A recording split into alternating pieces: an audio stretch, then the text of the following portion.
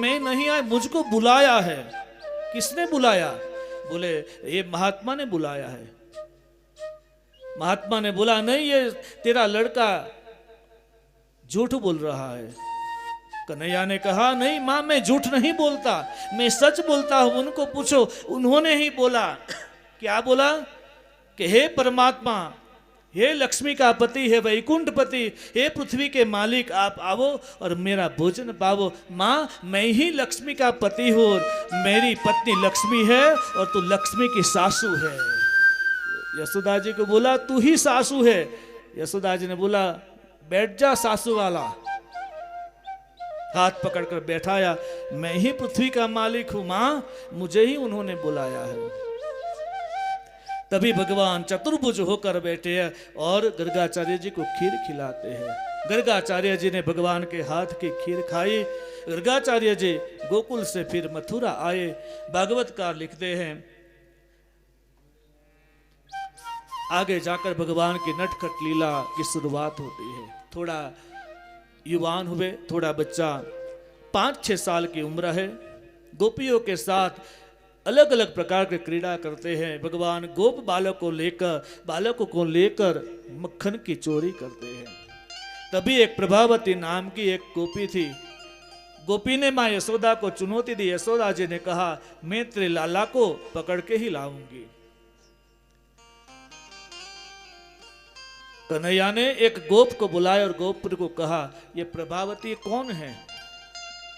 तब गोपाल ने कहा वो मेरी मां है, आज उनको बोल देना आज इनके घर में हम चोरी करने जाएंगे।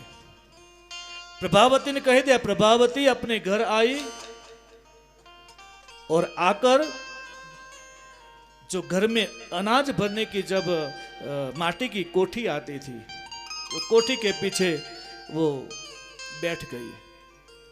कन्हैया आया है उनके घर। जो मक्खन था वो मक्खन सिक्के के ऊपर रखा था। अपने घर का जो गोवाल था उनको लेकर भगवान आए। भगवान का नियम था एक को गांव में रखते थे, एक को दरवाजे पे रखते थे और एक को अपने साथ लेके चलते थे। जो घर का जो बालक था उनको लेकर अंदर गया। सिक्के के ऊपर मटोकी में मक्खन रखा था। वहीं भगवान गए। जो घर का बालक था उनको पूछा कि आपके घर में कोई ऊंचा वस्तु है जिनके ऊपर चढ़कर हम मक्खन ले सके? उन्होंने बोला नहीं है, लेकिन हाँ कोने में एक जो मरचा को बारीक बनाने के लिए वो लकड़े का, गुजराती में बोलते हैं खांडणियों, मरचा वाटवानो, वो रखा था। उस ले आया। उन पर चढ़कर जो बालक घर का बालक था वो बालक को नीचा रखा, 4 पैर करवाए, उनके ऊपर कन्हैया चढ़ गया। वो सिक्का था, सिक्के के ऊपर जो मटुकी थी, मटुकी में से मक्खन हाथ में लिया। जब हाथ में मक्खन लिया तभी वो प्रभावती अंदर से निकल आई। जोर से बूम पाड़ने लगे। जो घर का बच्चा था वो घर का बच्चा भाग गया, कन्हैया ऊपर लटक गया, कृष्ण ऊपर लटक गया। जब प्रभावती आई, प्रभावती ने कहा आज मैंने चोरी करके पकड़ लिया है। हाथ पकड़ा और कन्हैया को पूछा मेरे घर का तूने मक्खन चुराया, मक्खन खाया? कन्हैया ने कहा नहीं नहीं, मैंने तेरे घर का मक्खन नहीं खाया है। मैंने नहीं खाया तो देख तेरे मुंह पे मक्खन लगा है। बोले नहीं प्रभावती, तेरे मक्खन में जो मक्खी थी नहीं, वो मक्खी को उड़ाने के लिए मैंने हाथ रखा तो मक्खन चौंट गया और वही मक्खी मेरे मुख पर आई तो मक्खी को उड़ाने के लिए मैंने हाथ रखा तो मेरे मुंह पर मक्खन लग गया। मैंने चोरी नहीं की, मैंने तो मक्खी को उड़ाया। प्रभावती ने कहा नहीं नहीं, तूने मेरे घर का ही मक्खन चुराया है। हाथ पकड़कर यशोदा जी के पास लेकर चली है। यशोदा जी को दूर से बोलने लगे यशोदा, अरे ओ यशोदा। तभी जो प्रभावती थी, प्रभावती के जब परिवार वाले में सबसे बड़े, तभी एक रिवाज था कि हमारे घर के बुजुर्ग आते हैं, चाहे ससुर आते हैं चाहे जेठ आते हैं, और हमारे परिवार में जो बड़े लोग सामने मिल जाए तो घर की पुत्र वधू होती है, वो पुत्र वधू पलना को ढांक देती है। घुम्मट गुजराती में बोलते हैं, घुम्मट पूरा मुंह ढक देती है। वैसे प्रभावती के सामने उनके घर का वडील आया, अपना मुंह ढक दिया, अपना मुंह ढका और चलने लगी।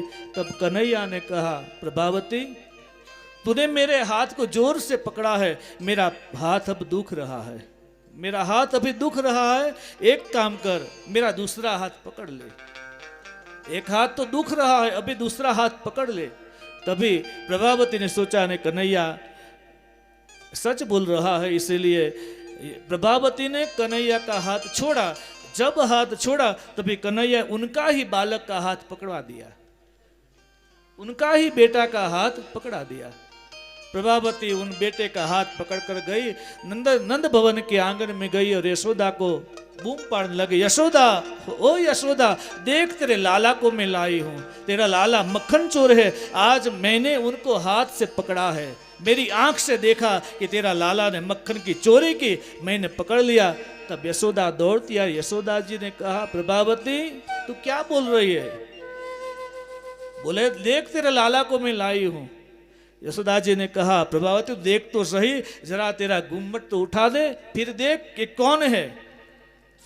तभी गुम्मट ऊपर उठाकर देखा तो अपना ही बालक था। धक्के मारकर बोला, तू कहां मेरे साथ आ गया? धक्का मार दिया। यशोदा जी ने कहा, मेरा लाला तो सो रहा है अभी। तभी यशोदा जी ने साथ दिया कि हे कन्हैया। तभी कन्हैया ने सुना और कन्हैया आया, आंख चोलते चोड़ते आया और भगवान कृष्ण आए हैं। प्रभावती ने सोचा, मैंने तो उनको पकड़ लिया था, यहां कहां आ गया। प्रभावती जा का घमंड था, वो घमंड को भगवान कृष्ण ने चकनाचूर किया। फिर दूसरी बार एक गोपी आई और गोपी ने मां को फरियाद की, आज तो मैं तेरे लाला को पकड़ ही लूंगी। दूसरी बार वो गोपी ने, भगवान ने कहा, मैं तेरे घर आऊंगा। वो गोपी के घर गया। गोपी ने सोचा कि आज मेरे घर मक्खन चोराने वाला है, तो मैं ऐसी प्रबंध करूंगा कि आज तो उनको पकड़ के ही रखूंगा। सिक्के के ऊपर एक थाली में पानी भरा, उसके ऊपर मक्खन की जो मटुकी थी, मटुकी ऊपर रख दी, ऊपर ढक्कन रखा, नीचे पलंग के ऊपर वो ही गोपी लेट गई। गोपी ने सोचा कि कन्हैया आएगा, ऊपर पानी है, जब हिलेगी तो ऊपर से पानी नीचे गिरेगा, मेरे ऊपर गिरेगा तो मैं जाग जाऊंगी, उनको पकड़ लूंगी। लेकिन ये तो 14 ब्रह्मांड के मालिक है भगवान कृष्ण। गोपाल को लेकर आए, अभी आए हैं, धीरे से दरवाजा खोला और अंदर भगवान अंदर गए। सोचा कि ऊपर थाली, थाली में मटोकी। उस घर का जो बालक था, वो बालक को पूछा कि तेरे घर में कोई वस्तु है ऊपर चढ़ने के लिए? बोले अभी तो नहीं है। सोचा कि इस थाली में पानी है, इसलिए भगवान ने गोपाल को बुलाया, गोपाल को बुलाया और कहा कि हमारे गांव में जो तालाब है ना, तालाब में कमल है, कमल पुष्प। कि हाँ, सभी जो गोप मंडल के मित्र थे वो साथ में थे। बोले अभी इस रात को, बोले अभी कमल चाहिए मुझे। तो अभी रात को तो पूजा करने वाला है, किसकी पूजा करने वाला रात को? कन्हैया ने कहा मुझे ला तो दो। गोप मंडल के 2 बालक तालाब में गए। भगवान ने कहा था, कन्हैया ने कहा था, कमल तो लाना, लेकिन पूरा उनकी दांडली सहित लाना। लेकर आए, कमल का पुष्प तोड़ दिया। वो डांडली थी, उस पर पाइप जैसा था, जो पाइप जैसा जो थाली में डाल दिया। एक छेड़ा थाली में डाला, दूसरा छेड़ा मुंह में डाला, सब पानी खींच लिया, पानी को बाहर थूक दिया। फिर कन्हैया ने कहा, एक काम कीजिए, तू नीचे 4 पैर कर खड़ा रह जा, उसके ऊपर मैं चढ़ जाऊं। लड़का नीचे उनके ऊपर चढ़ गया। ऊपर से थाली में से मक्खन लिया, मक्खन निकाला, सब लोगों को मक्खन खिलाया। फिर जो गोपी लेटी थी, गोपी के बाल नीचे लटक रहे थे। कन्हैया ने कहा ये बाल लटक रहे हैं ने, वो बाल को पलंग के साथ बांध दिया। वो चोटी थी, वो पलंग के साथ बांध दिया। फिर कन्हैया ने ऊपर से सब भी मक्खन जितना खा सके वो खिला दिया। थोड़ा सा बचा वो सभी पलंग के अगल बगल में सब मक्खन लगा दिया। अगल बगल सब मक्खन लगा दिया। फिर जैसा थाली रखी थी, मटुकी रखी थी, ऐसे ही कन्हैया ने थाली में पानी डाला। मटुकी में जो गटर का पानी जाता था वो डाल दिया, कादव कीचड़ डाल दिया। फिर से मटुकी रख दी, बाहर निकल गए, दरवाजा बंद किया।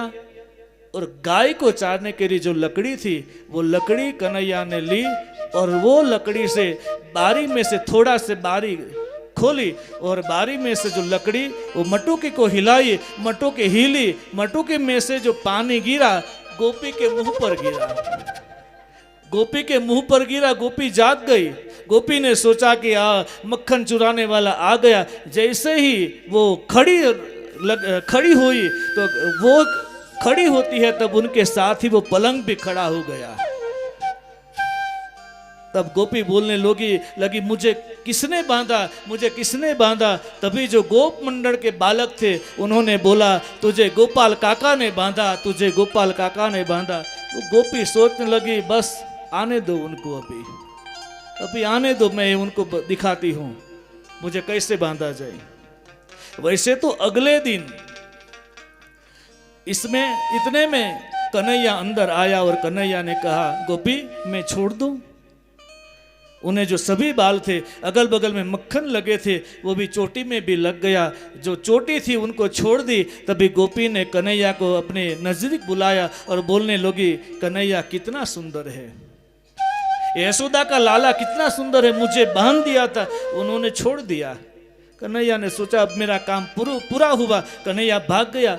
आगे जाते हैं तभी आगे से उनका जो पति था वो पति आ रहा है।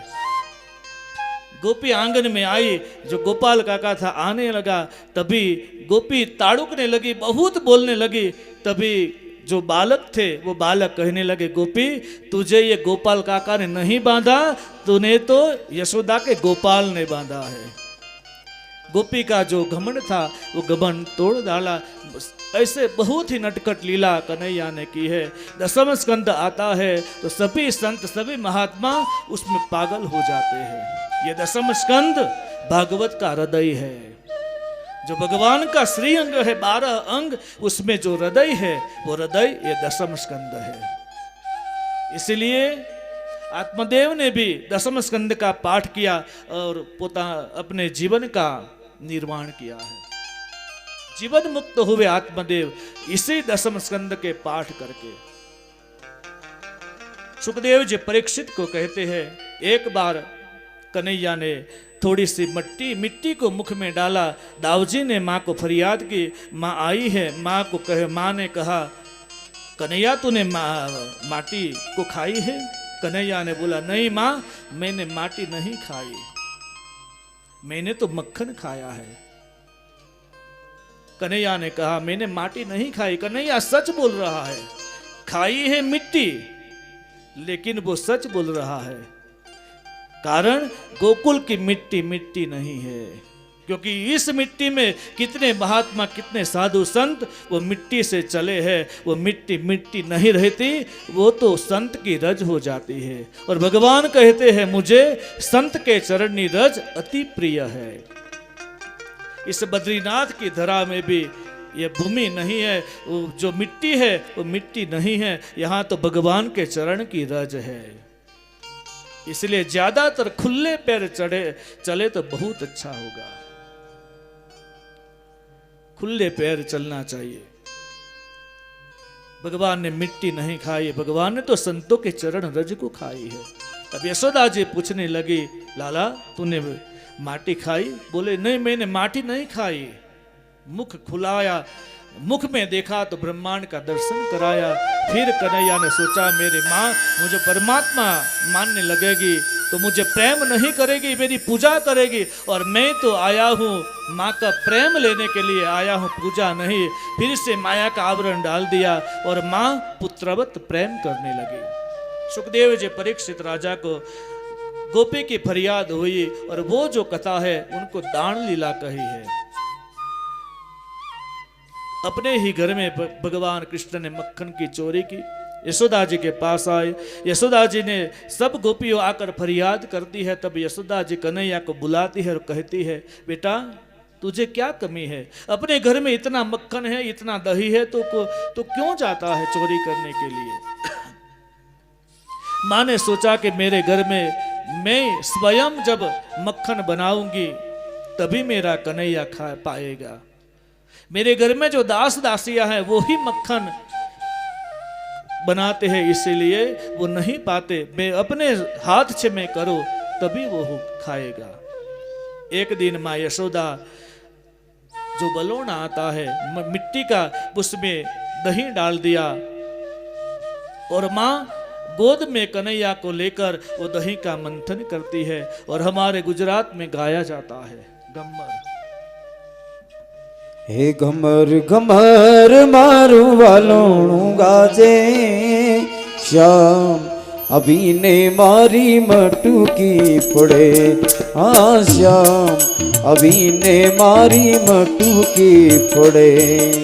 घमर घमर मारो वालोणું गाजे श्याम अभी ने मारी मटुकी पड़े। ए श्याम अभी ने मारी मटुकी फोड़े।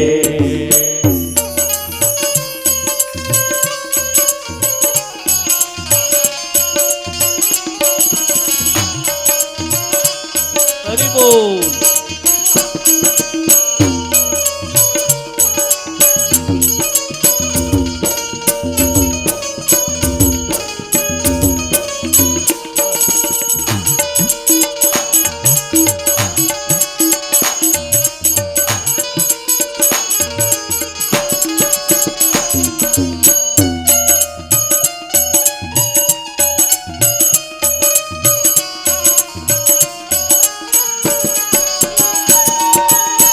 नंद लाला ने घेर 9 लाख दूधे।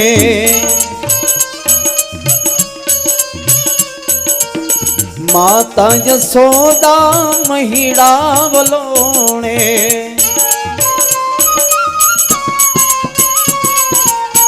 नंद लाला ने घेर 9 लाख दूधे। माता यशोदा महिड़ा बलोवे। गोपियों ना घर माँ वालों चोरियों करें। श्याम अभी ने मारी मटुकी फोड़े। आ श्याम अभी ने मारी मटुकी फोड़े। घमर घमर मारू बलोणું गजे श्याम अभी ने मारी मटुकी फोड़े।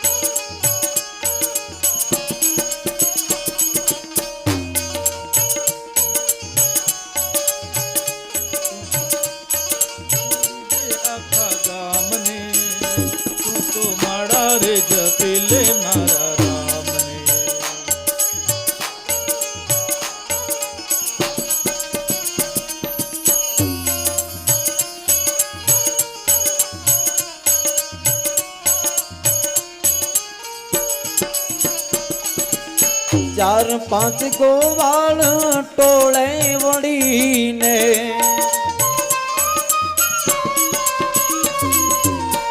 एक बीजा ने खांधे चढ़ी ने।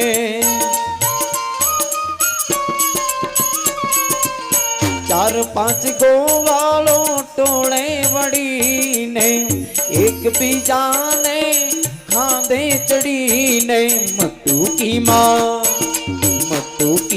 મોરલી મારે મારો શ્યામ શ્યામ આવીને મારી મટુકી ફોડે આવો શ્યામ આવીને મારી મટુકી ફોડે ઘમર મારા વલોણા ગજે શ્યામ અભીને મારી મટુકી ફોડે મારો શ્યામ અભીને મારી મટુકી મટુકીની અંદર દહીં અને માં યશોદા વલોણું કરે છે. ગોદમાં કનૈયાને રાખ્યો, બે પગની વચ્ચે મટુકી મૂકી અને બંને હાથથી ગમ્મર ગમ્મર વલોણું વાય. મસ્તકમાં અંબોડામાં ફૂલના ગજરો નાખેલો, બે હાથના કંકણનો ખન ખન ખન અવાજ આવે, પગના ઝાંઝરનો ઝણકાર થાય, કમર ઉપર કંદોરાનો અવાજ આવે અને માં યશોદા કનૈયાની બાળ લીલાઓનું ગાયન કરે છે. કનૈયાની બાળ લીલાઓનું ગાયન કરતા અંદર ગમ્મર વલોણું કરે, માખણની પ્રક્રિયા કરે છે. માં યશોદાના મુખમાં કનૈયાના બાળ લીલાના સંસ્મરણો. કનૈયો ગોદમાં છે, હાથના કંકણ અવાજ કરે. કંકણ એટલે સત્કર્મ, હાથથી વલોણું કરે ये सत्कर्म है. पग में जो झांझर है वो समर्पण का प्रतीक है. પગમાંના ઝાંઝર, હાથનું સત્કર્મ, સમર્પણ અને કમર ઉપર રહેલો કંદરો એ સંયમ.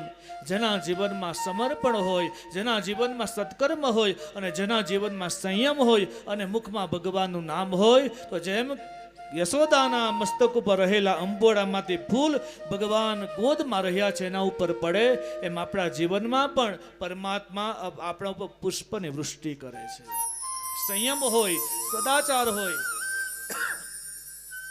સત્કર્મ હોય.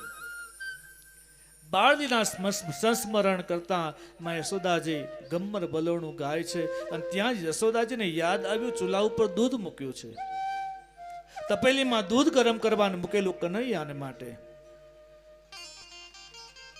કનૈયાને માટે દૂધ ગરમ કરવાને મૂકેલું અને આ બાજુ કનૈયાને માટે માખણ વલોવાય. એટલે દૂધને એમ થયું કે અમારો ઉપયોગ કનૈયાને માટે થવાનો હતો, પણ કનૈયા તો માની ગોદમાં છે, હવે અમે જીવીને શું કરીએ? આમ ઉભરાય અને આત્મહત્યા કરવાની દૂધ તૈયારી કરે. ત્યાં જ યશોદાજીને યાદ આવ્યું કે ત્યાં દૂધ ચૂલા પર મૂક્યું છે. કનૈયો ગોદમાંથી નીચે મૂક્યો અને દૂધ તરફ ગઈ અને આ બાજુ કનૈયો ભાગ્યો, કનૈયો જતો રહ્યો અને માં દૂધ તરફ ગઈ. એનો અર્થ એમ થાય, આપણી ગોદમાં જ પરમાત્મા હોય, પણ આપણી વાસના જો સંસાર તરફ હોય તો ગોદમાં આવેલો પરમાત્મા પણ જતો રહે છે. એક વાર સંસાર રૂપી તરફ આપણી વાસના જાય, દ્રષ્ટિ જાય, તો ગોદમાં આવેલી તક એ પણ નીકળી જાય છે. ભગવાન કનૈયા લાલો ગોદમાંથી ઉઠીને જાય છે. ત્યાં જ બધી દહીંની મટુકી મૂકેલી, માખણની મટુકી મૂકેલી અને જે વલોણું કનૈયાને માટે માખણની ગોળી ત્યાં મૂકી. કનૈયાએ બધાને વાંદરાઓને બોલાવ્યા, ગોવાળોને બોલાવ્યા અને પોતાના જ ઘરમાં બધી મટુકી તોડી નાખી. માખણ રેલમ છેલ, દૂધ દહીં બધું રેલમ છેલ. યશોદાજી આવ્યા, યશોદાજીએ જોયું આ બધું શું? વાંદરાઓ બધું માખણ ખાય, ગોવાળો માખણ ખાય. ગોપીઓને ભગવાને કહેલું કે આવતીકાલે બધી ગોપીઓ માખણ લઈને આવજો, પોતપોતાના ઘરેથી માખણ લઈને આવજો. કેમ કે અયોધ્યાથી બધા સંતો આવે છે, અયોધ્યાથી બધા સાધુ સંતો વૃંદાવનમાં આવે છે આપણું માખણ ખાવા માટે, એટલે બધી લાવજો. એટલે ગોપીઓ તો બધી માખણ લઈને આવી અને યમુનાના કિનારે માખણ મૂક્યું અને ત્યાં જ વાંદરાઓ આવ્યા. એટલે ગોપીઓએ કહ્યું, તમે તો કહેતા હતા ને કે બધા અયોધ્યાથી સંત આવવાના છે. કનૈયાએ કહ્યું, આ બધા સંતો જ છે. રામાવતારમાં આ જ બધા વાંદરાઓ વાંદરાઓએ મારી સેવા કરીને આજ મારે એમને ઋણમાંથી મુક્ત કરવા એટલા માટે એમને બોલાવ્યા છે. કારણ કે મારે પણ કરજ છે, મારે માથે પણ દેવું છે. બધા વાંદરાઓ એ વાંદરો નથી, અયોધ્યાના ઋષિ મુનિઓ છે. યશોદાજીના આંગણાની અંદર બધું જ રેલમછેલ થયું. યશોદાજી દોડતા આવ્યા અને દામણું હતું એ દામણાની સાથે એક દોરડું લાવી અને કનૈયાને બાંધવાની પ્રયત્ન કર્યો. ઘરમાં જેટલા પણ દોરડા, બધા જ દોરડા લાવીને કનૈયાને દામણા સાથે બાંધે. 2 આંગળ દોરડું ટૂંકું પડે. આજુબાજુના અડોસ પડોશમાં જેટલા પણ દોરડા હતા બધા દોરડા લાવ્યા, કનૈયાને બાંધ્યો. 2 આંગળ ટૂંકું પડે. જેમ જેમ દોરડા લાવતા જાય 2 આંગળ ટૂંકું પડતું જાય. માને તાવ આવ્યો, માં થાકી ગઈ, શરીર પરસેવે રેબ જેવ અને માં બેસી ગઈ. કનૈયાને દયા આવી અને એમ થયું કે માને હવે તાવ આવ્યો છે, થાકી ગઈ છે, હું બંધાઈ જાઉં. અને જ્યાં કનૈયાને ભાવ જાગ્યો અને ભગવાન બંધાયા છે. ન બંધાય એનું કારણ કે 2 જ આંગળ ટૂંકા છે. ભગવાન આપણાથી 2 જ આંગળ છેટા પણ છે, પણ આપણે એને બાંધી નથી શકતા. કારણ કે એક જે આંગળી છે અહંતાની આંગળી અને બીજી છે મમતાની આંગળી. અહંતા અને મમતા પરમાત્માને આપણી સાથે બાંધી નથી શકતા. અહંતા છૂટી જાય, મમતા છૂટી જાય તો પછી આપણને આત્મા ઓળખાય છે. પણ કરુણા એ છે સંસાર પ્રત્યે અહંતા પણ છે અને પરિવાર સાથે મમતા પણ છે. ઘણીવાર ગવાય છે ને કે આ મમતા મરે નહીં, એનું મારે શું કરવું. એક આમ ગાયક હતા ને, વાજા પેટી ઉપર આમ આ ભજન ગાયું અને ઘણા બધી ઘોળ કરી, ઉપર પૈસા નાખ્યા અને પેલા ભાઈએ ગાવાની શરૂઆત કરી કે આ મારી મમતા મરે નહીં અને મારે શું કરવું. એક જણો આવ્યો ને કહ્યું કે આ તારી આ હાર્મોનિયમ ઉપર જે રૂપિયા છે ને અમને આપી દે એટલે તારી મમતા મરી જાય. મમતા મરે નહીં અને મારે શું કરવું. અહંતા અને મમતા 2 જ આંગળ. કોઈ પૂછે કે ભગવાન ક્યાં, કે આપણે અહીંયા બતાવીએ. એક જ વેંત ભગવાન છેટા છે, પણ કેટલાય જન્મારા નીકળી જાય છતાં પણ પરમાત્મા ઓળખાતા નથી. આત્માને ઓળખ્યા વિના રે ભવના ફેરા નહીં મટે. એવી આત્માને ઓળખ્યા વિના રે આ ભવ કેરા ફેરા નહીં તો મટે રે જી.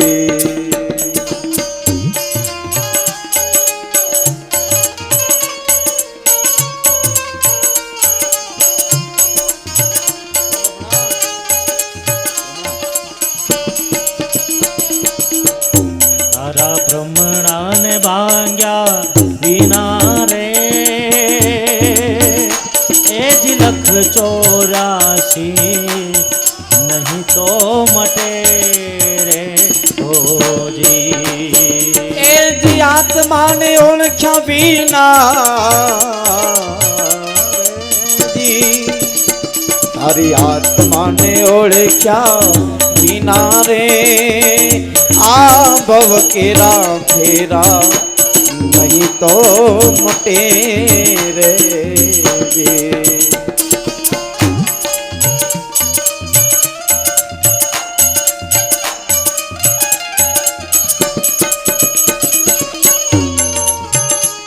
હરિ બોલ.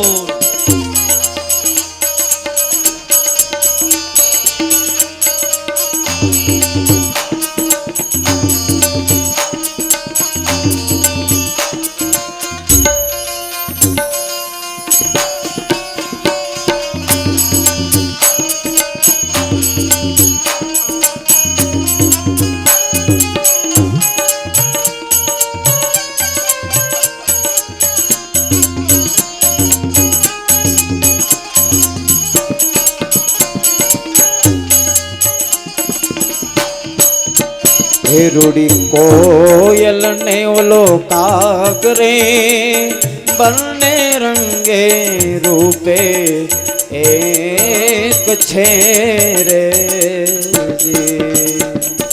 કોયલ ને કાગ રે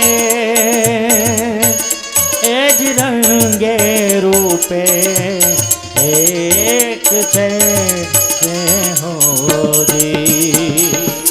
એ જીએ તો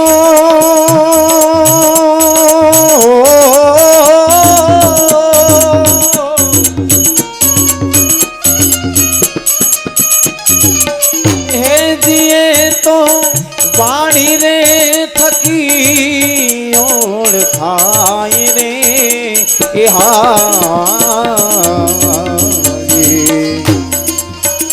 એવી આત્માને ઓળખ્યા વિના રે આ ભવ કેરા ખેરા નહીં તો મટે રે એવા ભ્રમણાને ભાંગ્યા વિના રે એ જ 184 નહીં તો મટે રે હોરી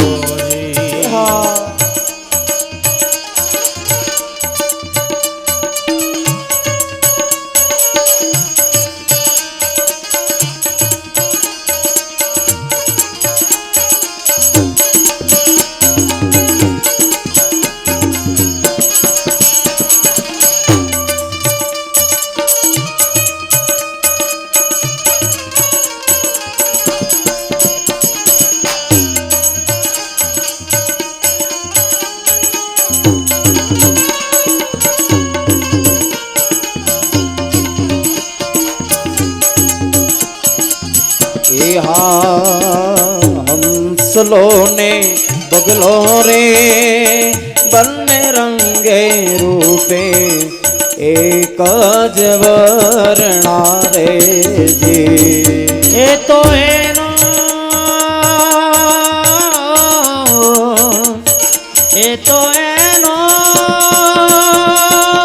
રામ રામ એ તો એનો આહારથી ઓળખાય રે ઓ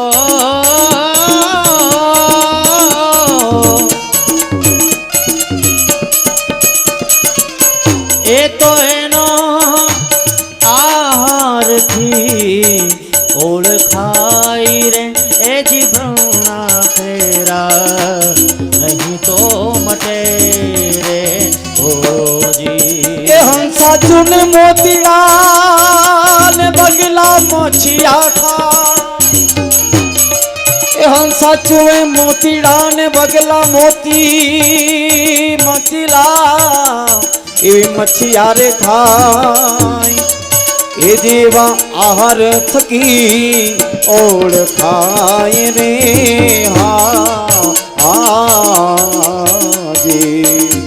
આવી ભ્રમણાને ભાંગ્યા વિના રે એ જ લખ રે 84 નહીં તો મટે રે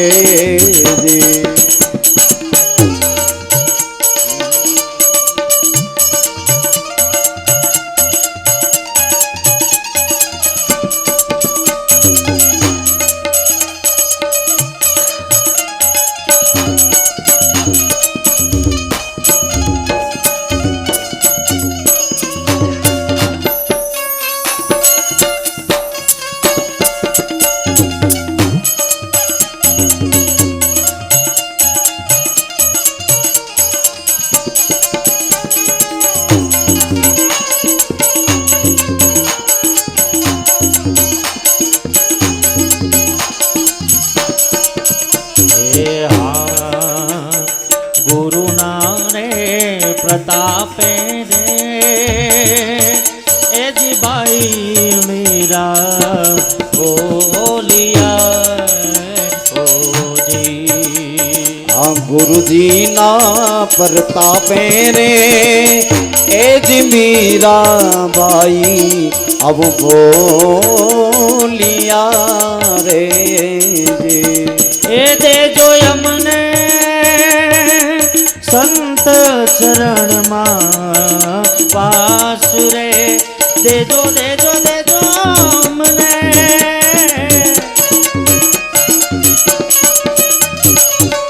એ દેજો અમને સંત ચરણ માં વાસ રે એ જીવના ફેરા નહીં તો મટે રે આ દેજો અમને સાધુ રે ચરણો માં વાસ રે હાજી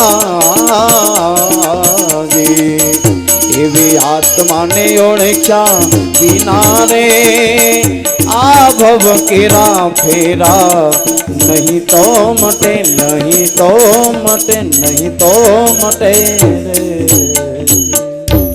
અહંતા અને મમતા જ્યારે જાય ત્યારે હરિ આપણી આગળ આવે છે. હરિ આપણા હૃદયમાં આવે તો આત્મા ઓળખાય. આજે યશોદાજી બાંધવાનો પ્રયત્ન કરે, દોરડાથી બંધાયા છે અને યશોદાજી ઘર કામમાં ગયા અને આ બાજુ દામણા સહિત ભગવાન આમ આંગણામાં રમવાને માટે આવે છે. ત્યાં બે વૃક્ષો, એ બે વૃક્ષોની વચમાં જગ્યા, એમાંથી લાલો આમ આગળ જાય છે, પાછળ પેલું દામણું ફસાયું, બંને વૃક્ષો નીચે પડ્યા. બંને વૃક્ષ નીચે પડ્યા. આમાંથી બે દિવ્ય પુરુષની પ્રગટ થયા અને આકાશમાંથી ગંધર્વો વિમાન લઈને આવ્યા અને બંને નલકુબેર અને મણિગ્રીવ એનું નામ છે. બંનેનો ઉદ્ધાર થયો જે કુબેરના પુત્ર હતા. પરીક્ષિત રાજાએ સુખદેવજીને પ્રશ્ન કર્યો કે હે ગુરુદેવ, આ કુબેરના પુત્ર એ નંદ ભવનના આંગણે વૃક્ષો શું કામ બન્યા? સુખદેવજી કહે છે, પરીક્ષિત, એ નલકુબેર અને મણિગ્રીવ એ કુબેરના દીકરાઓ પણ એકવાર સરોવરમાં સ્નાન કરવા માટે ગયા છે. ત્યારે ગોપીઓ સાથે એ સ્નાન કરે, વસ્ત્ર વિહીન બનીને સ્નાન કરે. એમાં નારદજી ત્યાંથી પસાર થયા. નારદજીએ જોયું કે આ ગોપીઓએ નારદજીને જોયા એટલે વસ્ત્ર લઈ લીધા, પણ આ બે કુમારો અભિમાનમાં બદાંત બનેલા એ વસ્ત્રને પહેર્યા નહીં અને નગ્નાવસ્થામાં જે સ્નાન કર્યું ત્યાં જ દેવર્ષિ નારદે શ્રાપ આપ્યો, તમે આ ભયંકર પાપ કર્યું છે, માટે તમે જળ બની જાઓ, વૃક્ષ બની જાઓ. અને બંને જણા નલકુબેર અને મણિગ્રીવ દેવર્ષિ નારદના ચરણમાં પડ્યા અને કહે છે, મને ક્ષમા કરો. ત્યારે દેવર્ષિ નારદે કહ્યું, તમારો ઉદ્ધાર થશે, પણ દ્વાપર યુગમાં જ્યારે ભગવાન કૃષ્ણ બનીને આવશે અને એમનો જ્યારે તમને સ્પર્શ થશે ત્યારે તમારું કલ્યાણ થશે. આજ નલકુબેર અને મણિગ્રીવનો ઉદ્ધાર થયો, જેને ભાગવતમાં દામોદર લીલા કહી છે. સુખદેવજી પરીક્ષિત રાજાને કહે છે કે સમય વીતે છે, ગોકુળમાં ઉત્પાતો થવા લાગ્યા.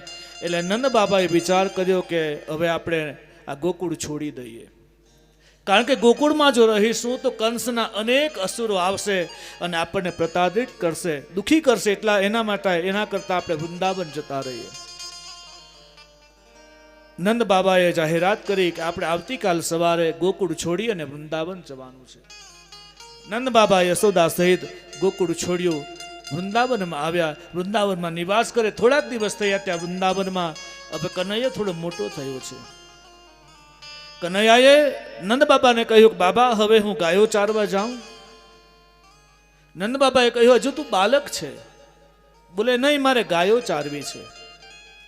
ગાયો ચારવાને માટે જ્યાં માંગ કરી ત્યારે ઉપનંદ કાકાને કાર્ય સોંપાયું. ઉપનંદ કાકાને સાથે લઈ અને કનૈયો અને દાવજી બંને વૃંદાવનના વનમાં ગાયોને ચારવા માટે જાય છે.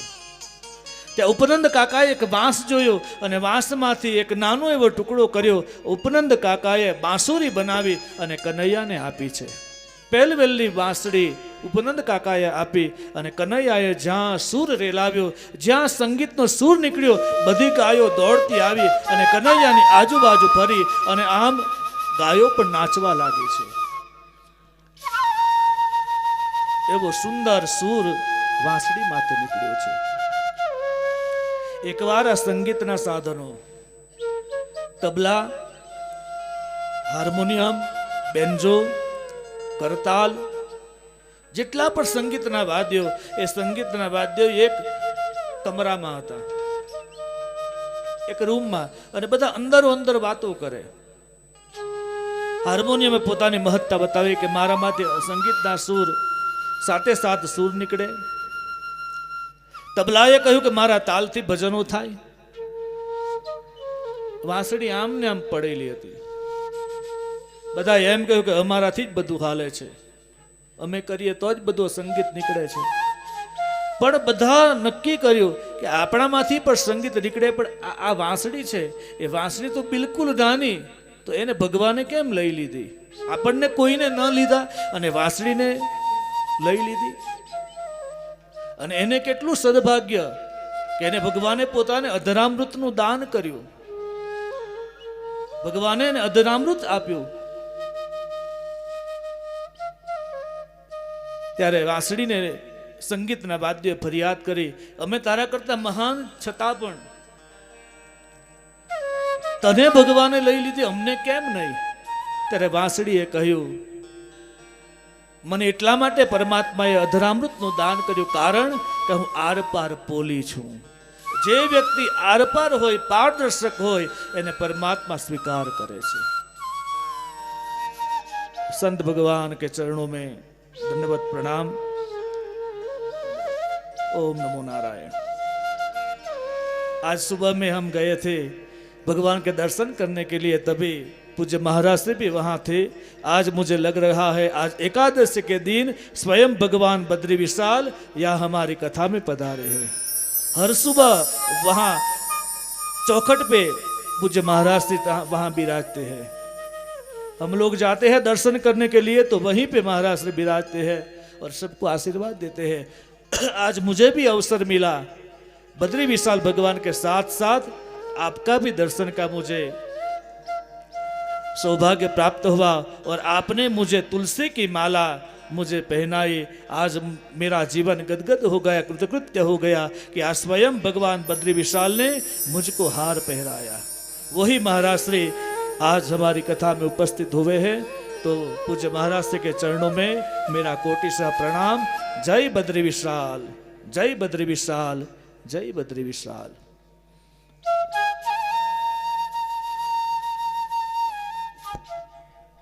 तो વાંસળીએ કહ્યું, હું આરપાર છું, મારામાં છેદ છે, એટલા માટે ભગવાન મારો સ્વીકાર કરે છે. જેનું જીવન આરપાર પારદર્શક હોય એને મારો ઈશ્વર પોતાનો ગણે છે. ઉપનંદ કાકારી સાથે ગાયો લઈને જાય છે. જન્મથી જે ભગવાનના વાળ હતા, કેશ હતા, એમ કહેવાય છે કે તે સમય એવો નિયમ હતો કે જ્યાં સુધી, આપણે ત્યાં ગુજરાતીમાં બાબરી કહેવાય, જ્યાં સુધી બાબરી ન કાઢે ત્યાં સુધી એનાથી ઘરની બહાર નીકળાય નહીં. કનૈયાએ માને ફરિયાદ કરી, માં હવે મારા વાળ આટલા વર્ષ થયા છે, હવે તો મારા વાળ ઉતારી દો, મને ગાયો ચારવા જવું છે. માએ નંદ બાબાને કહ્યું, નંદ બાબાએ કહ્યું જલ્દી છે, જલ્દી તમારા વાળનું કુળદેવીના ચરણની અંદર તમારા વાળનું આપણે ઉતરાવી દઈશું. અને નંદ બાબા દાવજી અને ભગવાન કૃષ્ણને લઈને વૃંદાવનથી ગુજરાતમાં અંબાજી આવે છે. અંબાજીમાં માં અંબાનું જે શક્તિપીઠ છે ત્યાં ગબ્બર ઉપર માનું જે દીપક પ્રગટે છે, ત્યાં એ ગબ્બરના ગોખ ઉપર ભગવાનના આ સંસ્કાર થયા છે. વાળ ઉતારવાના સંસ્કાર એ ગબ્બર ઉપર થયા છે. બાબરી ત્યાં ઉતારેલી, અને બાબરી ઉતાર્યા પછી ભગવાનને આ ગાયો ચારવાનો જે નિયમ હતા તે નિયમ પ્રમાણે ગાયો ચારવાને માટે આપે છે. ભગવાન કૃષ્ણ વૃંદાવનમાં ગાયો ચારે ત્યાં જ એક વત્સાસુર આવ્યો. કંસે મોકલેલો વત્સાસુર વાછરડાનું રૂપ ધારણ કરીને આવ્યો. ભગવાને પૂંછડું પકડી અને આકાશમાં ગોળ ગોળ ઘુમાવી ત્યાં જ વત્સાસુર નીચે પટકી દીધો. વત્સાસુરનું મૃત્યુ થયું. વત્સાસુરનું તેજ ભગવાનમાં સમાયું છે. થોડો સમય વીતે છે, બીજો એક આવ્યો, બગલાનું રૂપ ધારણ કરીને બકાસુર આવ્યો. બધા ગોવાળો રમે છે. એ બકાસુરની મોટી ચાંચ હતી, ચાંચમાં બધાને ગળી ગયો. ભગવાન કૃષ્ણ અંદર ગયા છે. ગળાની અંદર ભગવાને મોટું રૂપ ધારણ કર્યું અને એક મુષ્ટિકાનો પ્રહાર કર્યો. બગલાના રૂપમાં આવેલો બકાસુરનું મૃત્યુ થયું છે. બધા ગોવાળોને બહાર કાઢ્યા. થોડો સમય વીતે અને ગાયોને લઈને જાય છે. ત્યાં અગ્નિના રૂપમાં એક દાવાનળ આવ્યો, અસુર આવ્યો. આજુબાજુથી બધી ગાયોને ઘેરી લીધી. વનમાં આગ લાગી. ત્યાં ભગવાને અગ્નિનું પાન કર્યું, દાવાનળનું પાન કર્યું. થોડો સમય વીત્યો છે. ફરી એકવાર ભગવાન ગાયોને લઈને ગયા છે વૃંદાવનમાં. ત્યાં અઘાસુર નામનો અજગરનું રૂપ ધારણ કરીને અસુર આવ્યો. બહુ મોટું સ્વરૂપ, મુખ પહોળું કર્યું. એટલે ગોવાળોને એમ થયું કે આ બહુ મોટી ગુફા છે, હાલો આપણે ગુફામાં રમવા જઈએ. બધા ગોવાળો ગુફામાં રમવા ગયા. પણ ત્યાં જ પેલો અજગર મુખ બંધ કરવા જાય છે. ત્યાં બધા ગોવાળો બૂમ પાડે, કનૈયા બચાવી લે, બચાવી લે. કનૈયાએ દોટ મૂકી અને અંદર જ્યાં ગયા અને ભગવાને મોટું સ્વરૂપ ધારણ કર્યું અને મુષ્ટિકાનો પ્રહાર કર્યો. અજગરનું મૃત્યુ થયું. બધા ગોવાળોને બહાર કાઢ્યા. કામ, ક્રોધ અને લોભ અહીંયા પણ છે. વત્સાસુર, બકાસુર અને અઘાસુર એ કામ, ક્રોધ અને લોભ છે. ગોકુળમાં પણ 3 અસુરો આવ્યા અને વૃંદાવનમાં પણ 3 અસુરો આવ્યા. સુખદેવજી પરીક્ષિત રાજાને કહે છે કે એકવાર ભગવાન ગોવાળોની સાથે ગાયો ચરાવવા માટે જાય છે. ત્યાં ભગવાને કહ્યું કે એક કામ કરજો, તમારા ઘરેથી બધા જે ઘરે કંઈ બનાવ્યું હોય વ્યંજન, જે કંઈ ભોજન બનાવ્યું હોય તે ભોજન તમે લઈ આવજો. બધા ગોવાળો પોતપોતાના ઘરેથી ભોજન લાવે છે. કોઈ શાક લાવે, કોઈ ભાત લાવે, કોઈ લાડુ લાવે, કોઈ છાશ લાવે, કોઈ અથાણું લાવે, કોઈ દહીં લાવે, કોઈ પાપડ લાવે. જેને ત્યાં જે વ્યંજન બનેલું હોય વ્યંજન લઈને આવે.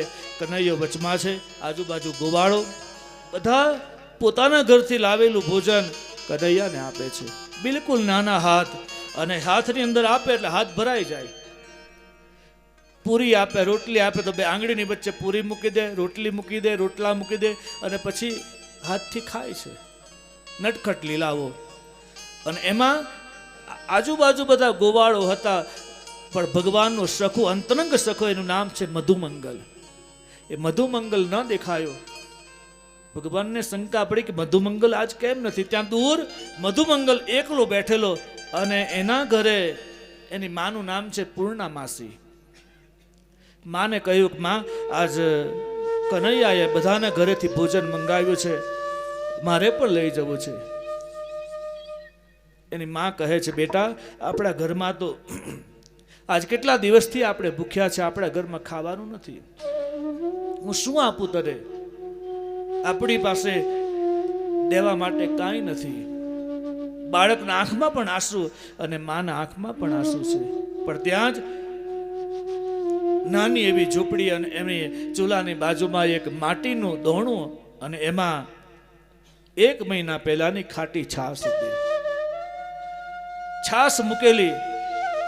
અને પૂર્ણિમાસીએ કહ્યું કે બેટા, આપણી પાસે ખાવા માટે અન્ન નથી, પણ આ મહિના પહેલાની ખાટી છાશ છે. મધુમંગલે કહ્યું કે મને આપી દે. એક ખાટી છાશની દોણી લઈને મધુમંગલ આવે છે. પણ મધુમંગલને ત્યાં આવ્યા પછી જોયું તો બધાના ઘરેથી 56 પ્રકારના પકવાન હતા. એને એમ થયું કે આ કનૈયાને હું મારી ખાટી છાશ કેમ આપું. આ વિચાર કરી અને મધુમંગલે ખાટી છાશ બગલની વચમાં દબાવી દીધી. અને એમાં કનૈયાની દ્રષ્ટિ પડી કે આ મધુમંગલ કાંઈક છુપાવે છે. બધાના વચમાંથી કૂદકો મારી અને કનૈયો ગયો મધુમંગલની પાસે ગયો. મધુમંગલને કહ્યું, લાવ, તું શું લાવ્યો છે? ત્યાં જ શરમના કારણે, સંકોચના કારણે મધુમંગલ ભાગવા લાગ્યો. અને ભાગતો જાય ભગવાન પાછળ દોડ્યા, મધુમંગલનો હાથ પકડ્યો. અને મધુમંગલને એમ થયું કે આજ મહિના પહેલાની ખાટી છાશ આ કનૈયો મારી પાસે જૂટવી અને એ લઈ લેશે, એના કરતાં લાવ હું પોતે પી જાઉં. એટલે મધુમંગલે ખાટી છાશને પીવા ગયો. ત્યાં જ કનૈયાએ હાથ પકડ્યો. છાશ ઢોળાઈ ગઈ, શરીર ઉપર છાંટા પડ્યા, મુખ ઉપર ઢોળાઈ અને બધી છાશ નીચે પડી. એટલે કનૈયાએ એ મધુમંગલના મોઢા ઉપર જે છાશ પડેલી એ પોતાના જીભથી ચાટવા લાગ્યો. શરીર ઉપર પડેલી છાશ એ ચાટવા લાગ્યા. બ્રહ્માજી ત્યાં આવ્યા અને બ્રહ્માજીને એમ થયું કે આ પરબ્રહ્મ કહેવાય, આ ભગવાન કહેવાય. એને એટલું પણ ભાન નથી કે આ ખાટી છાશ એના શરીર ઉપર પડે એ ન પીવાય. 56 પ્રકારના ભોજન મૂકી અને આ મધુમંગલની છાશ પીવે અને ભગવાન કહેવાય. અને બ્રહ્માજીને એમ તો લાવ, હું પરીક્ષા કરું. જેટલા ગોવાળો હતા, જેટલી ગાયો હતી, બધાનું હરણ કર્યું, ચોરી લીધી. ગોવાળો સહિત ગાયોનું ચોરી બ્રહ્મલોકમાં ગયા. 1 વર્ષ વીત્યું. ફરી પાછા બ્રહ્માજી આવે છે તો ત્યાં જ એટલી જ ગાયો, એટલા જ ગોવાળો અને એ જ કૃષ્ણ ત્યાં લીલાઓ કરે. બ્રહ્માજીને મનમાં શંકા પડી કે હું બ્રહ્મલોકમાં જે ગાયો છે, ગોવાળ છે, કૃષ્ણ છે, એ જ અહીંયા આ મારો ભ્રમ છે કે મારો ભ્રમ છે? બ્રહ્માજી બ્રહ્મલોકમાં ગયા. ત્યાં જઈને જોયું તો એ જ ગાયો, એ જ ગોવાળ. પાછા ધરતી ઉપર આવ્યા તો અહીંયા પણ એ જ. ત્યારે બ્રહ્માજીને એમ થયું કે મેં ખોટી પરીક્ષા કરી, આજ પરબ્રહ્મ છે. ત્યાં આવ્યા. બ્રહ્માજીએ ભગવાનની ક્ષમા માંગી અને ભગવાન કૃષ્ણની સ્તુતિ કરી છે. જે ગાયો બ્રહ્મલોકમાં લઈને ગયેલા એ ગાયો પાછી આપી અને ભગવાનની લીલાનું ત્યાં સંકર્ષણ થયું. ભગવાને લીલા સંકેલી લીધી. બ્રહ્માજીને ઘમંડ હતું, ઘમંડ તોડ્યો છે. એક દિવસ સુખદેવજી કહે છે ધેનુકાસુર નામનો અસુર આવ્યો. એનું દાવજી મહારાજ દ્વારા એનું નિર્માણ થયું. ભગવાને બધા બાળકોને ભેગા કર્યા અને કહે છે આપણે ગેડી દડાની રમત રમીએ. બધા ગોવાળોએ ના પાડી કે યમુનાનો આ કિનારો બહુ ભયંકર છે, જ્યાં કાળી નાગ નિવાસ કરે. પણ કનૈયાએ કહ્યું નહીં, આપણે તો રમવું તો અહીંયા જ રમવું. અને ગેડી દડાની રમતની અંદર કનૈયાએ જોરથી દડાને લાત મારી, દડો પડ્યો છે યમુનાના એ ધરામાં. બધા ડરી ગયા, બી ગયા કે એ ધરાની પાસે કોણ જાય, કારણ કે આકાશમાંથી જો કોઈ પક્ષી ઉડતું ઉડતું જાય તો એ પક્ષી એ ધરામાં પડી જાય, કારણ કે એટલું ભયંકર એનું પાણી હતું, ઝેરીલું પાણી. એ ઝેરના કારણે કોઈ ત્યાં આવતું નહોતું. અંદર શેષ અને કાળી નાગ અંદર નિવાસ કરે. ભગવાન દોટ મૂકી અને સમાચાર મળ્યા છે મા યશોદાને. યશોદાજી નંદ બાબા દોડતા આવ્યા, આખું ગોપ મંડળ, આખું વૃંદાવનમાંથી બધા ગોવાળો આવીને યમુનાના કિનારે આવ્યા. કનૈયો અંદર ગયો, અંદર જાય છે ત્યાં તો કાળી નાગ બરાબરનું આમ ફણીધર બેઠેલો, જેની શેષ એની રાણીઓ પટરાણીઓની સેવા કરે. કનૈયાએ જઈને પેલા નાગને લાત મારી, જેવી લાત મારી જ્યાં ફણા ઊભી થઈ, પાણી ખડભડાટ થવા લાગ્યો અને બધા ગોવાળો ચિંતાતુર થયા, કારણ કે કનૈયો અંદર ગયો છે. આખું પાણી આમ હલવા લાગ્યું અને ત્યાં જ નાગપત્નીઓ આવી અને બાળક એવા કનૈયાને સમજાવવા લાગે, તો અહીંયા શું કામ આવ્યો, તો અહીંયા શું કામ આવ્યો, શેના માટે આવ્યો. અને આપણે ત્યાં નરસિંહ મહેતાએ જે ભજન ગાયું છે ને, આપણે ભણવામાં આવતું, એ જળ કમળ છાંડી જાને બાળા, સ્વામી અમારો જાગશે, જાગશે તને મારશે, અમને બાળ હત્યા લાગશે. એ જળ કમળ છાંડી જાને બાળા.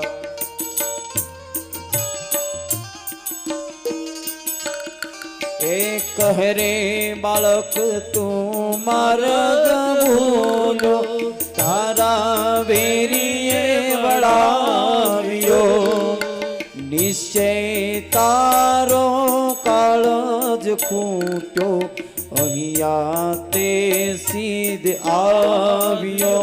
હે જળ કમળ છાંડી જાને બાળા.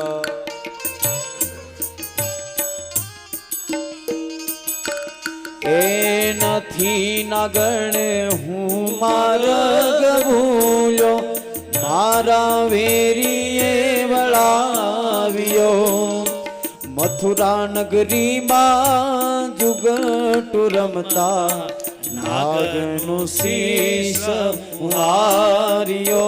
હે જળ કમળ છાંડી જાને બાળા.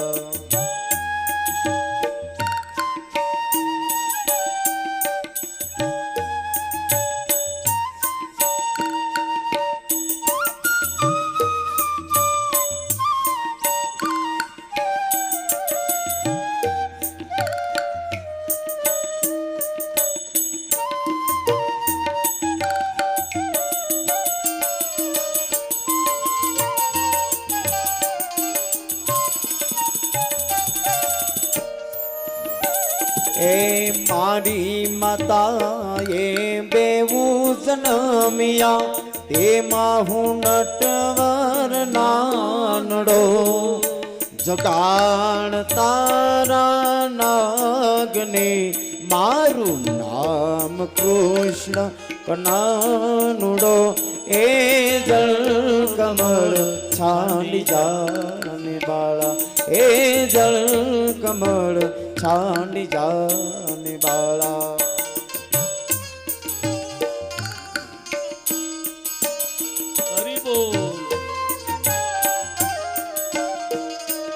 એ હવે ચરણ ચાપી મૂછ મરડી, નાગણે નાગ જગાડ્યો, ઉઠો ને બળવંત કોઈ, ભારણે બાળક આવ્યો. હે જળ કમળ છાંડી જાને બાળા. એ બેવ બળિયા બાથે વળી ગયા, કૃષ્ણે કાળી નાગ નાથિયો, સહસ્ત્ર ફેણ ફૂફવે જેમ ગગન ગાજે હાથિયા એ જળ કમળ છાંડી જાને બાળા પણ બે મુકર જોડી વિનવે સ્વામી મૂકો અમારા કંઠને અમે અપરાધી કાંઈ ન સમજાન ઓળખ્યા ભગવંતને એ જળ કમળ છાંડી જાને બાળા એ જળ કમળ છાંડી જાને બાળા આ જળ કમળ છાંડી જા. નાગનું દમન કર્યું, નાગ ઉપર નૃત્ય કર્યું અને ઉપર આવે છે. નાગને રમણીક દ્વીપની અંદર મોકલી આપ્યો, પાણીનું શુદ્ધિકરણ થયું. ભગવાન દડો લઈને આવ્યા. આખા યશોદાજીએ કનૈયાને ગોદમાં લીધા છે, ચુંબન કર્યું અને બધા જ ઘરે પોતાના આવે છે. થોડા દિવસ થયા છે, ફરીવાર ગાયો ચરાવવાને માટે આવે ત્યાં ધેનુકાસુર આવ્યો, પછી પ્રલંબાસુર આવ્યો. ભગવાને ગતિ આપી, અગ્નિ લાગી છે, વનની અંદર અગ્નિ લાગી. ભગવાને દાવાનળનું પાન કર્યું, પરિવાર દાવાનળનું પાન કર્યું અને ગોપીઓ કાત્યાયની વ્રત કરવા માટે જાય છે. ત્યાં સરોવરમાં સ્નાન કરે, પણ વસ્ત્ર ત્યાં બહાર મૂકીને સ્નાન કરે છે. ભગવાન ત્યાં ગયા, ગોપીઓના વસ્ત્રનું હરણ કર્યું. આજે પણ વૃંદાવનમાં કાત્યાયની માતાનું મંદિર છે. જે ગોપીઓએ કાત્યાયની વ્રત કરેલું એ ગોકુળની કુળદેવી હોય, વૃંદાવનની કુળદેવી હોય તો કાત્યાયની છે. ગોપીઓના વસ્ત્રનું હરણ કર્યું. ત્યારબાદ ઇન્દ્રનું ગર્ભનું ખંડન કર્યું. ગિરિરાજ ગોવર્ધન નંદ બાબાએ ઇન્દ્રની પૂજા માટે આરંભ કર્યો. ભગવાને ના પાડી છે, બાબા આપણે ઇન્દ્રની પૂજા ન થાય, આપણે તો ગિરિરાજની પૂજા કરીએ. નંદ બાબાએ કહ્યું કેમ? બોલે આપણું રક્ષણ, આપણું પાલન, આપણું પોષણ તો ગિરિરાજ કરે છે. નંદ બાબાને સમજાવ્યા, આખું ગોકુળ ભેગું થયું અને ગિરિરાજના પૂજા કરવા માટે આવે છે. ઇન્દ્ર આવ્યો, ઇન્દ્રએ 7 દિવસ સુધી મુશળધાર વરસાદ વરસાવ્યો. ભગવાન કૃષ્ણ ગોવાળોને કહે છે, ગોવાળો ભગવાનની પાસે ગયા અને કહે છે અમને બચાવો, અમારું રક્ષણ કરો. ભગવાને કહ્યું ઠીક છે, વાંધો નહીં, મને ગિરિરાજે કહ્યું છે તમારા ઉપર સંકટ આવે ને તો મારી પાસે આવજો. આખું બ્રજમંડળને લઈને ભગવાન ગિરિરાજની છાયામાં ગયા. ગિરિરાજને પ્રાર્થના કરી અને ભગવાન જ્યાં ગિરિરાજને ધારણ કરે અને ગિરિરાજ નીચે ભગવાને ટચલી આંગળી ઉપર ગિરિરાજને ધારણ કર્યું. 7 દિવસ સુધી ઇન્દ્રએ મુશળધાર વરસાદ વરસાવ્યો. આખું બ્રજમંડળ ગિરિરાજના નીચે આવ્યું. ગોવાળોને એમ થયું કે આ ભગવાને કહ્યું ગોવાળોને એક કામ કરો, તમારી પાસે લાકડી છે ને એ લાકડી તો મૂકો, લાકડી તો ઊભી મૂકો, જેથી કરીને આ ગિરિરાજ લાકડી ઉપર ધારણ કરાય. મને વજન જે લાગે છે એ બધાના ઉપર સરખું વજન આવે. લાકડીઓ મૂકી. ત્યાં જ ગોવાળોને અભિમાન આવ્યું કે આ તો અમારા લીધે ગિરિરાજ ઊભો છે, અમે આ ગિરિરાજને ધારણ કર્યો, ગોવર્ધનને અમે ઉંચક્યો છે. અભિમાન આવ્યો. ત્યાં જ ભગવાને થોડોક નીચે ગોવર્ધન નીચે કર્યો, લાકડી તૂટવા લાગી. ધીમે ધીમે બધા દબાવવા લાગ્યા. એટલે ગોવાળો ભગવાનને ફરિયાદ કરે કે અમને બચાવી લે. ભગવાને કહ્યું કેમ? આ ગિરિરાજ તો તમે ઉંચકેલો, ગોવર્ધન તો તમે ઉંચકેલો. બધા ગોવાળોએ ક્ષમા માંગી, અમને ક્ષમા કરો, અમારી ભૂલ થઈ. સાંસારિક જીવનમાં પણ આ વસ્તુ આવે છે. બધાને એમ થાય કે આ તો મેં કર્યું, અમે કર્યું. માનવ કહે કે હું કરું, કરતા છે કિરતાર, આદરિયા અધૂરા રહે, મારો હરિ કરે સો હોય. આપણાથી કાંઈ થતું નથી, જે કંઈ થાય એ કોઈકની કૃપા થાય તો જ શક્ય બને છે. આજ ગોવાળોને અહંકાર આવ્યો. એક બાજુ ઇન્દ્રને અહંકાર હતો, મુશળધાર જેટલું પણ એની પાસે પાણીનો કોટા હતો ને બધું જ પાણી ઠાલવી દીધું. જળબંબાકાર સ્થિતિ બની. 7 દિવસ સુધી ભગવાન ગિરિરાજને ધારણ કર્યું. છેવટે ઇન્દ્ર આવે છે. ઇન્દ્ર ભગવાનના ચરણમાં પડ્યો, ક્ષમા માંગી. ભગવાને ગિરિરાજને નીચે મૂક્યો અને બધા ગોવાળોને કહ્યું, નંદ બાબાને કહ્યું આપણે આ ગિરિરાજની પૂજા કરીએ. ભગવાને પ્રાર્થના કરી અને ગિરિરાજને અભિષેક કરવાને માટે ગાયોનું દૂધ મંગાવ્યું. ભગવાને અભિષેક કરે ત્યાં જ ભગવાને પ્રાર્થના કરી ગંગાજીને. એ જ ગિરિરાજમાંથી એ ગંગા જે પ્રગટ થઈ એનું નામ છે માનસી ગંગા. એ માનસી ગંગા દ્વારા ગોવર્ધનને અભિષેક થયો. ભગવાને ગિરિરાજને 56 પ્રકારનું અન્ન ત્યાં ગોવર્ધનને અર્પણ કર્યું. 7 દિવસ સુધી ભગવાને ભોજન નથી કર્યું. ભગવાનનું ભોજન કયું? 7 दिन के लिए भगवान ने गिरिराज को धारण किया था। एक दिन का प्रहर होता है 8, 3 घंटे का एक प्रहर और 24 घंटे में 8 प्रहर होता है। अष्ट प्रहर निरखत रहो श्री गुरु चरणन की ओर। भगवान का खोराक है अष्ट प्रहर का भजन। 8 प्रहर में करेलो भजन ए ज भगवान नु भोजन छे। 7 દિવસ સુધી ભગવાને ભોજન નથી કર્યું અને ટચલી આંગળી ઉપર ભગવાને ગિરિરાજને ધારણ કર્યો। પછી 56 પકવાન ત્યાં ધરાવે છે। શું કામ 56? 55 કેમ નહીં? 57 કેમ નહીં? આપણે ત્યાં કહેવાય ને કે અન્નકૂટ ધરાવીએ ત્યારે કે 56 પ્રકારનું ભોજન કરાવ્યું। 56 એટલા માટે કે ભગવાન 7 દિવસ ભૂખ્યા રહ્યા। એક દિવસના પ્રહર ગણો તો 8 થાય અને 8 ને 7 સાથે ગુણાકાર કરો તો 56 થાય। એટલે 56 પ્રહરનું ભોજન બાકી હતું એટલા માટે 56 પ્રકારના ભોજન ભગવાનને અર્પણ થયા છે। એક સંત કહે છે કે 56 એટલા માટે 5 કર્મેન્દ્રિય અને 5 જ્ઞાનેન્દ્રિય। 5 કર્મેન્દ્રિય ને 5 જ્ઞાનેન્દ્રિય આ 10 થાય। 10 ઇન્દ્રિયોનો માલિક છે ભગવાન પોતે। એટલે 11, 6 ને 5 ગણો તો 11 થાય એટલા માટે 56 પ્રકાર છે। 56 પ્રકારનું ભોજન ભગવાન અર્પણ થયું। ગિરિરાજને ધારણ કર્યો એટલા માટે ભગવાનનું નામ પડ્યું છે गिरिराज धरण की जय। बोलिए गिरिराज धरण की जय।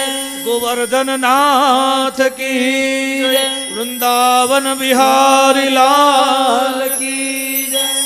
इंद्રના ગર્ભનું ખંડન થયું, ગોવર્ધનની પૂજા થઈ। બસ એક બાર આજા गिरिराज के शरण में। एक बार गिरिराजनी शरणમાં જઈએ, 84 કોષ પરિક્રમા કરીએ, ગિરિરાજની પરિક્રમા કરીએ, એ જીવનની ધન્યતા છે। સુખદેવજી પરીક્ષિત રાજાને એકવાર ભગવાન કૃષ્ણ ગોપીઓને ઉપદેશ આપે।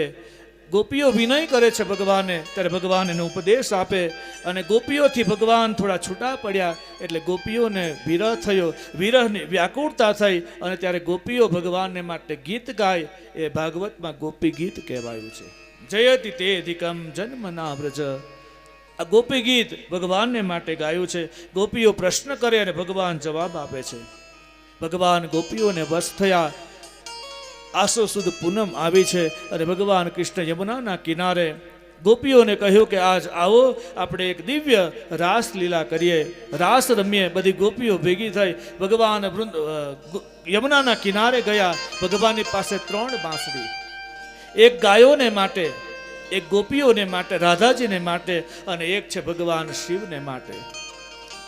યમુનાના કિનારે ભગવાન ગયા છે। કમરમાંથી બાંસુરી કાઢી અને જ્યાં સૂર રેલાવ્યો ત્યાં જ ગાયોની જે વાંસળી હતી એ ગાયો દોડતી આવી। બીજી વાંસળી જે અધરામૃત ઉપર મૂકી ગોપીઓ બધી દોડતી આવી। જે ઘરમાં રસોઈ બનાવતી હતી એ ચૂલા ઉપર મૂકી રસોઈઓ ભાગતી દોડી છે। બાળકને સ્નાન કરાવતી હતી, બાળકને ત્યાં મૂક્યું અને ગોપીઓ દોડવા લાગી। કોઈ દૂધ દોતી હતી તે દૂધ ત્યાં જ મૂક્યું અને યમુનાના તટ તરફ દોટ મૂકી છે। કોઈ પોતાના પતિને જમાડે છે, એ જમાડતા જમાડતા દોટ મૂકી। કોઈ પોતાના બાળકને ખવડાવે એ ત્યાં જ ભાન ભૂલી છે। કોઈ મેસ આંટતી હતી આંખમાં, તે પોતાના ગાલ ઉપર લગાવી અને ભાગવા લાગી। કોઈ પોતાના સેથામાં સિંદૂર પૂરતી, એ સિંદૂર સેથામાં પૂરવાનું મૂકીને પોતાના ગાલ ઉપર લગાવી અને ગોપીઓ દોટ મૂકી છે। બધી ગોપીઓ ત્યાં ભેગી થઈ અને ભગવાન દિવ્ય રાસલીલા 5 અધ્યાયમાં રાસલીલા છે ભાગવતમાં। અને ભગવાન ત્યાં ભગવાન એક છે, અનેક ગોપીઓ ત્યાં અને ભગવાન દિવ્ય રાસલીલાનો સંચાર કરે। અને ત્યાં જ ભગવાન શિવને એમ થયું કે આજ યમુનાના તટ ઉપર આસો સુદ પૂર્ણિમાનો દિવસ અને ભગવાન ગોપીઓની સાથે રાસ રમે।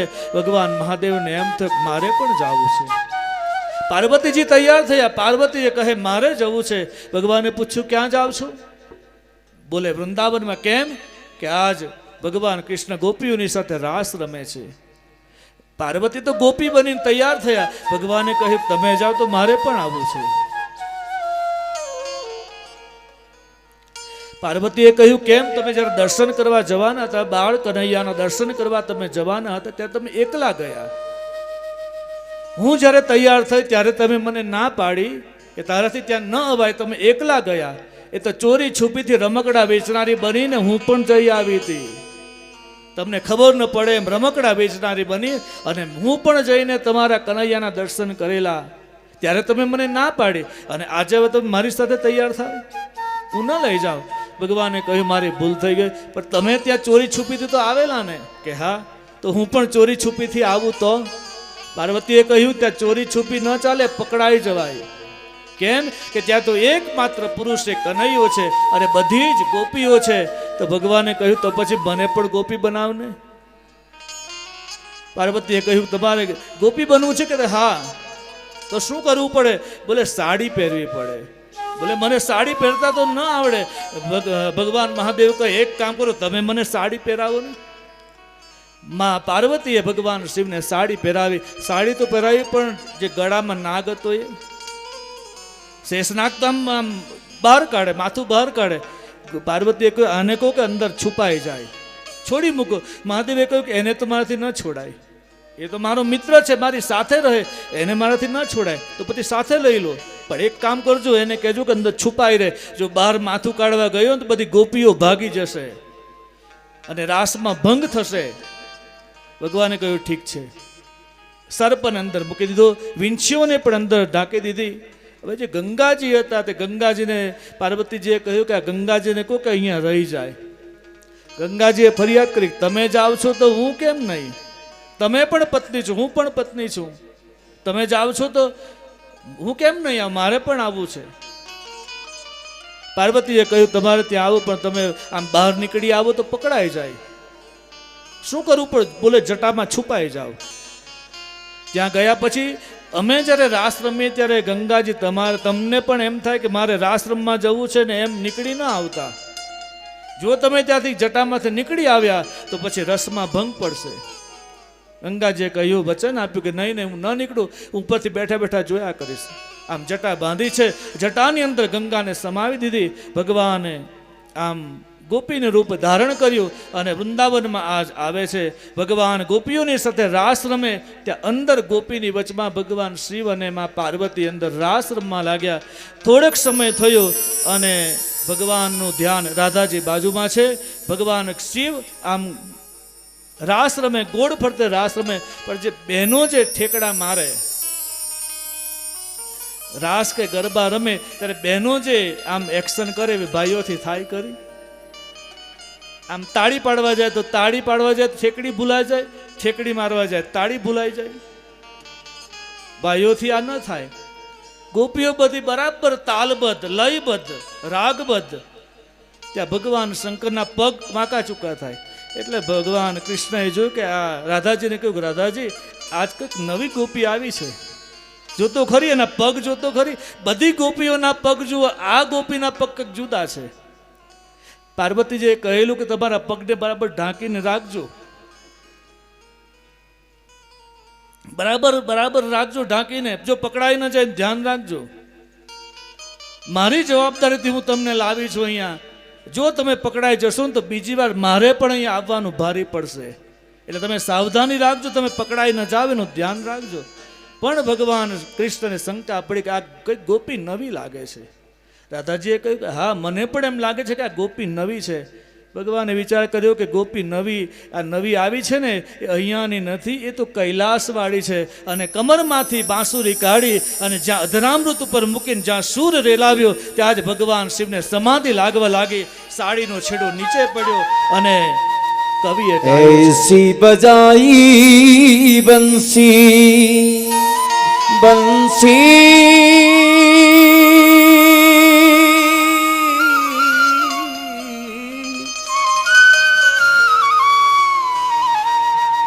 ऐसी बजाई बंसी सुध बुध भूले भोलेनाथ रे. ऐसी बजाई बंसी सुध बुध भूले भोलेनाथ रे. आ ही गए हैं शंभु समझ गए ब्रजनाथ रे, खिसक गई जब सर से साड़ी,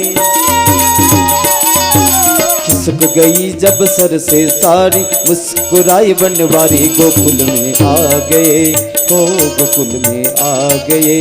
एक बार श्री भोले भंडारी बनकर ब्रिज की नारी गोकुल में आ गए, ओ गोकुल में आ गए। हरि बोल।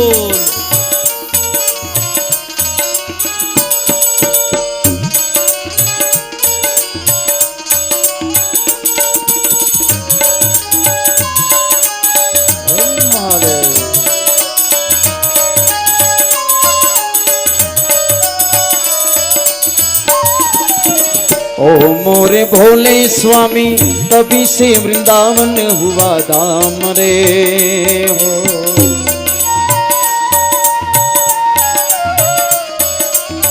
ओ मोरे भोले स्वामी तभी से वृंदावन हुआ धाम रे, ओ मोरे भोले स्वामी तभी से पड़ा गोपीश्वर नाम रे। तारा चंद है शरण त्रिहारी, तारा चंद है शरण तिहारी, लाखों राज हमारी गोकुल में आ गए, ओ गोकुल में आ गए। एक बार श्री भोले भंडारी बनकर ब्रिज की नारी गोकुल में आ गए, ओ गोकुल में आ गए। દિવ્ય રાસલીલા થઈ છે।